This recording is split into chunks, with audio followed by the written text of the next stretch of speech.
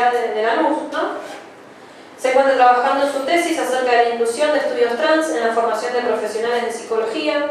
Es instructora de la residencia de psicología del Hospital Dr. José A. Esteves. Supervisa profesionales de las residencias de otros hospitales de Capital Federal y Provincia de Buenos Aires. Coordina grupos de estudio, donde estoy yo en uno de los grupos, sobre la articulación entre el feminismo, la teoría queer y los estudios trans con el campo de la salud mental. Formó parte de la coordinación de políticas de género y diversidad sexual del municipio de Lanús.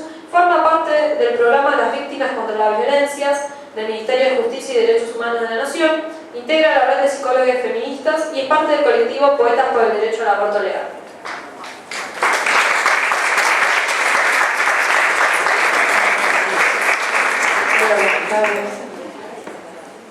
Muchas gracias, Helen, por la invitación. No voy a... No, dejamos las gracias.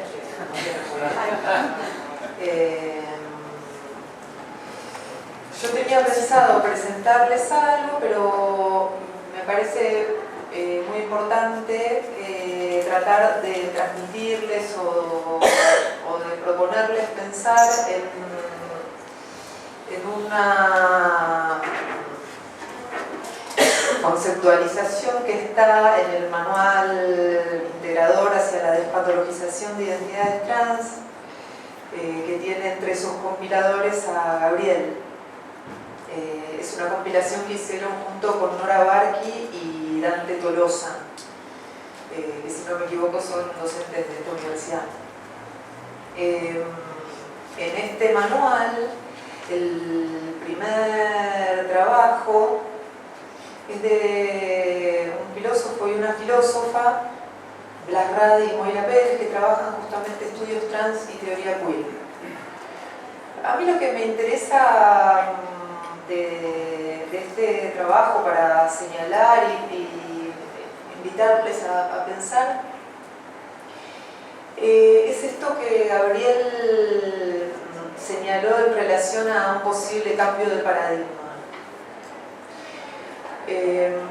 Blas Radi y Moira Pérez no son muy optimistas en cuanto a que estemos atravesando un cambio de paradigma. Más bien, lo que plantean es que por nuestra ley de identidad de género y por las definiciones que toma la ley de identidad de género de los principios de Yogyakarta, no sé si los trabajaron en algún momento, si los conocen. No. Bueno, ahora les comento un poco de qué se tratan los principios de Yogyakarta. Pero lo que ellos proponen, Blas y Moira proponen, es que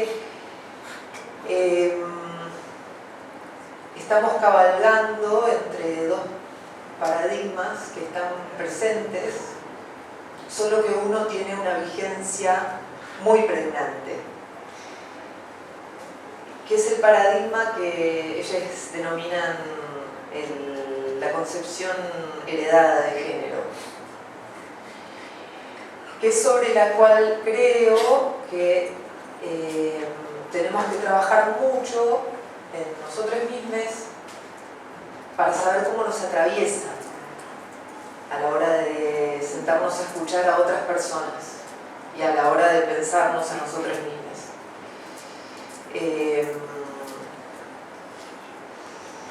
Principios de Yogyakarta. Los principios de Yogyakarta son una compilación de derecho internacional, de tratados que están ratificados por los países que se comprometieron a defender una serie de derechos humanos. Son una compilación de los derechos que tienen que ver con la identidad de género y la orientación sexual. ¿Sí? Digamos, todos los derechos humanos que los estados se comprometieron a defender y que tienen alguna vinculación con las cuestiones de género y diversidad sexual, por decirlo de esta manera.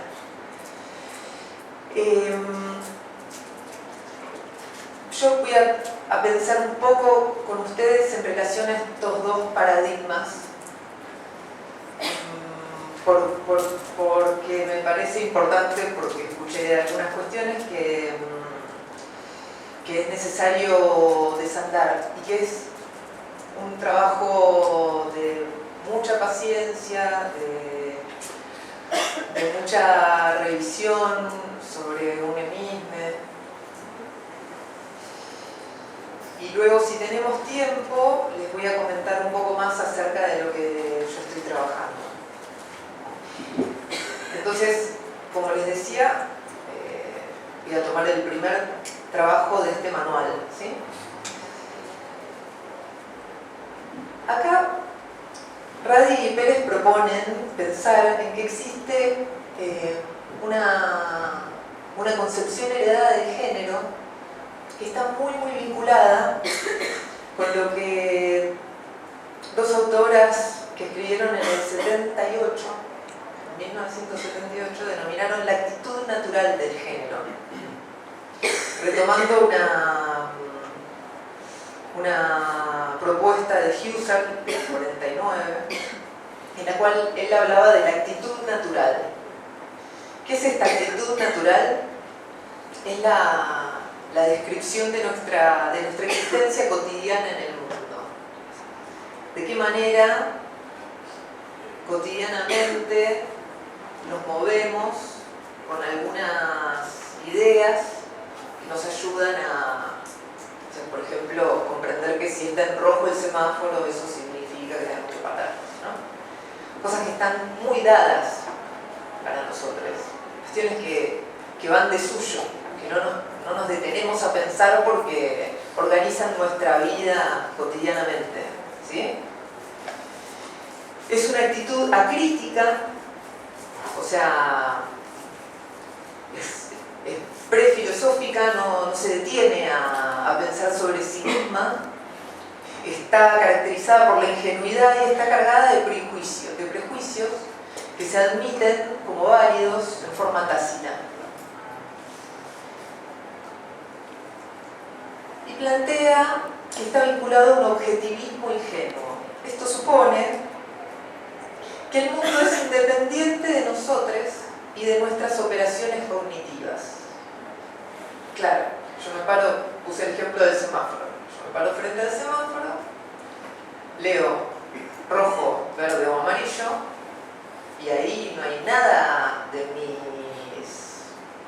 mis desarrollos mentales que tenga que ver con esa lectura que yo hago del semáforo. Supongo que no tengo nada que ver con esa lectura, pero ahí hay una lectura, ahí hay una interpretación de lo que me dice.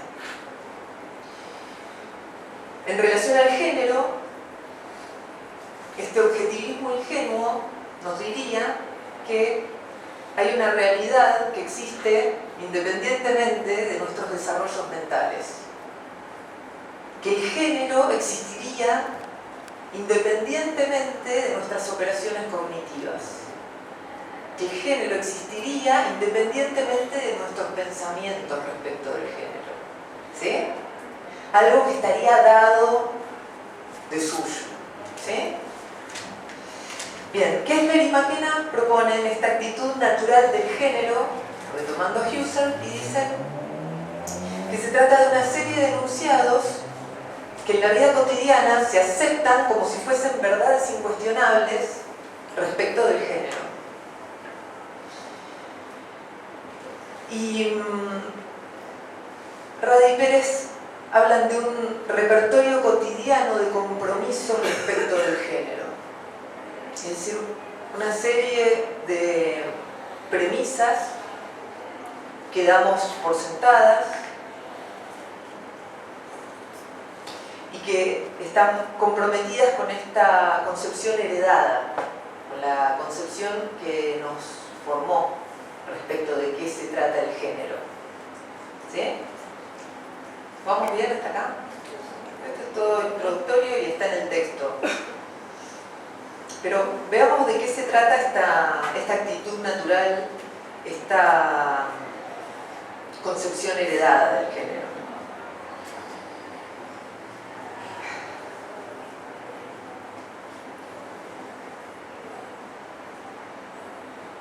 En principio es una idea que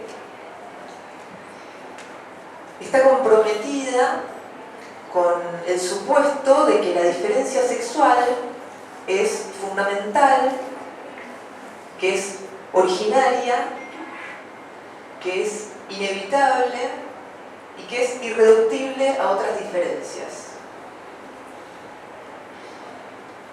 De tal manera que se asocia con el supuesto de que el cuerpo humano se significaría a sí mismo por sí mismo, más allá de las operaciones mentales, decíamos, ¿no? Y que presentaría algunas especificidades correspondientes con lo que llamamos masculino o femenino. ¿Sí? Y que habría una relación causal, lineal y determinista entre esta corporeidad sexuada y el género.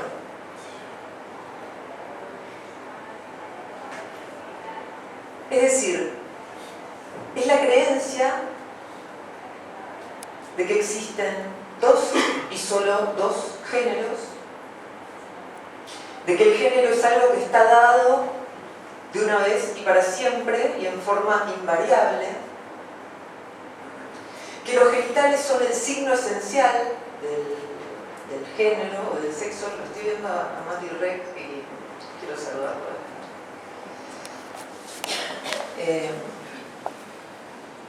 Que la dicotomía masculino y femenino sería algo natural. Podríamos pensar ahora algo en relación a la naturaleza, pero... Y que la pertenencia a un género u otro también sería algo natural. ¿Sí? Todas estas son las proposiciones que componen este repertorio cotidiano de compromisos respecto del género. La idea de que existen solo dos géneros, la idea de que una vez que está dado el género es algo que no varía a lo largo de la existencia humana, de la existencia de cada persona y de la existencia de la especie, digámoslo así.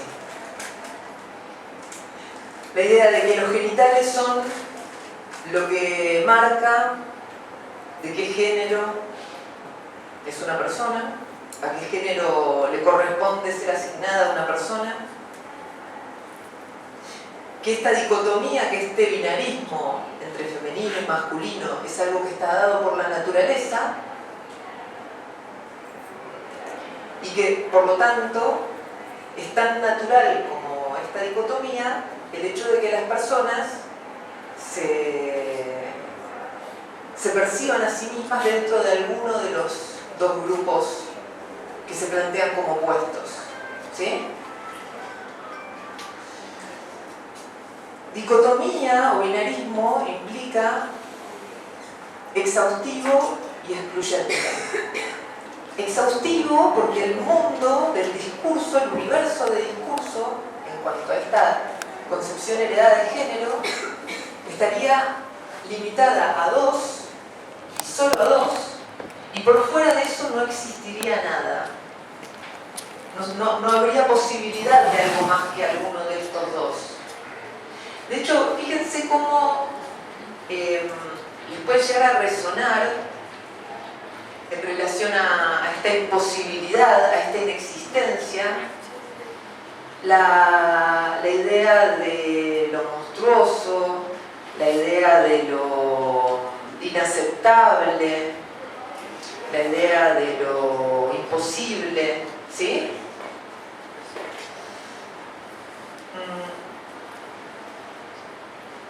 Y excluyente en el sentido de que si se pertenece a uno de los dos grupos, no es posible pertenecer al otro o tener características del otro grupo. Acá me están pidiendo que redondee. Yo siento que recién dije dos cosas. Ya estamos en el binario. Sí, ya estamos en el binario. Siento que dije dos cosas y ya me estaré diciendo que me vaya. Así es como se sostiene así este paradigma. la diversidad. Así como se sostiene este paradigma, ¿no? Si lo nombrás y ya, ¿no? Bien. La propuesta, digamos, en relación a lo que yo estoy trabajando, tiene que ver con justamente revisar cuáles son los modelos que a nosotros nos atraviesan y nos marcan. Esto que les acabo de contar no es la naturaleza. La naturaleza es diversa permanentemente, es diversa en sí misma. No hay solo dos, ni hay tres, ni hay cuatro, hay, decía Efibet, una artista trans, hay tantos como personas hay, tantos géneros como personas, porque hay el género de cada quien. Ahora, para decir algo respecto de otra concepción de género, que es la que está definida en los principios de Yogyakarta y que nuestra ley de identidad de género retoma al pie de la letra. Nosotros tenemos una ley de identidad de género es de vanguardia, supera a otras leyes de identidad de género que se habían sancionado hasta el momento. Y en la definición de identidad de género de estos principios, si no la conocen, les propongo que busquen los principios o que busquen la ley de identidad de género, y ahí mismo van a encontrar que habla de una vivencia interna e individual del género, tal como cada persona la siente profundamente, la cual puede corresponder o no con el sexo asignado al momento del nacimiento, y que incluye la vivencia personal del cuerpo, que puede o no ser modificada, depende de que sea libremente escogida por cada persona, y otras expresiones de género, incluyendo vestimenta, el modo de hablar con modales. Lo que me interesa señalar, con la de Moira Pérez, en el texto que les comentaba, es que según esta proposición de la identidad de género, que está en los principios, el sexo no es una condición corporal inmediata. No hay un signo esencial del sexo. Hay un sexo que se asigna al momento de nacer, pero es un mecanismo administrativo, es una nomenclatura.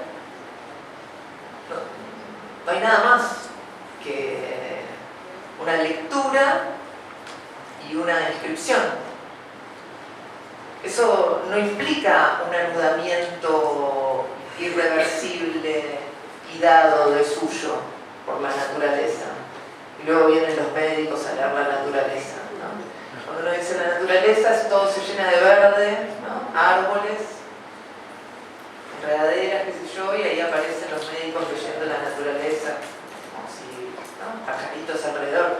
Eso no existe. La naturaleza es permanentemente algo distinto, algo que se modifica en forma constante.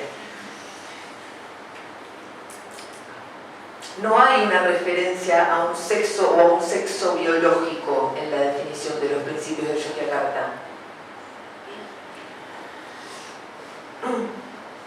Hay un sexo que se asigna al nacer, hay una lectura. El género no depende del sexo asignado al nacer. No hay una correspondencia en eso. Ni siquiera hay una correspondencia con ese ideal de género en las personas que suponemos que no tenemos ningún inconveniente con el género que nos asignaron al momento de nacer.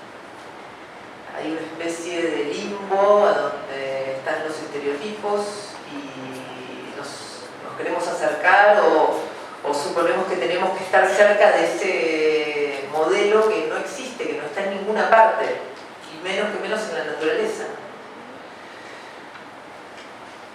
Según este principio, esta definición de los principios, los genitales no son el signo esencial del género. Y no hay ninguna marca corporal esencial al género. Y el género no es necesariamente algo permanente, es algo que puede variar a lo largo de la vida de las personas. A lo largo de la vida de las personas y a lo largo de la historia de la humanidad. De hecho, desde el momento en que se sancionó la Ley de Identidad de Género hasta el momento actual, fueron surgiendo nuevas denominaciones que las personas decidieron empezar a utilizar para nombrar su género, que no existían en el momento de la ley. Y la ley no habla de uno u otro género en términos de oposición. Habla de distintos géneros. Es decir, abre la posibilidad a que existan tantos géneros como personas. ¿Sí?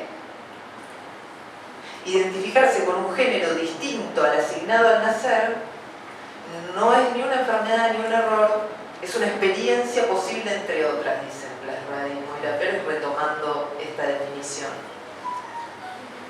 La expresión de género puede o no involucrar modificaciones corporales. Aquí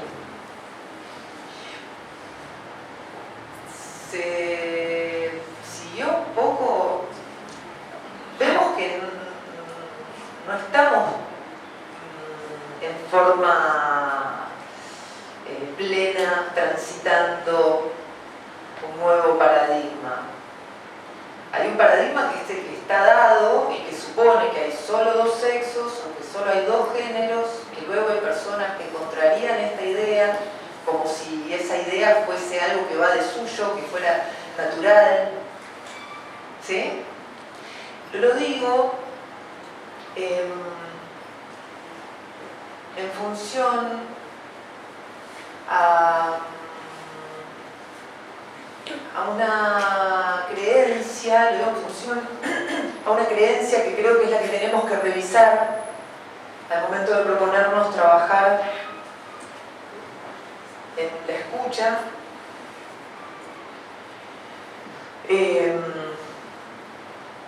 Una creencia que opera muy profundamente. Festejo que haya una cátedra de diversidad en una universidad. En la formación que yo tuve estaba dado de suyo esta concepción heredada del género, que comparte con la creencia que les quiero nombrar y que tenemos que revisar mucho.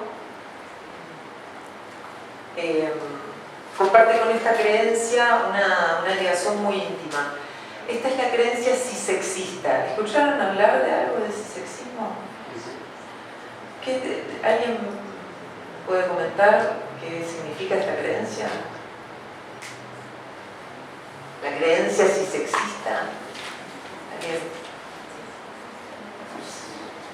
La creencia cisexista es la que supone que las personas cis, es decir, las personas que no somos trans, seríamos más importantes o más auténticas o más verdaderas que las personas trans. Es una creencia que está muy íntimamente ligada a esta concepción heredada de género. ¿Sí? Algo que sería natural, algo que sería original en el sentido del origen, ¿sí?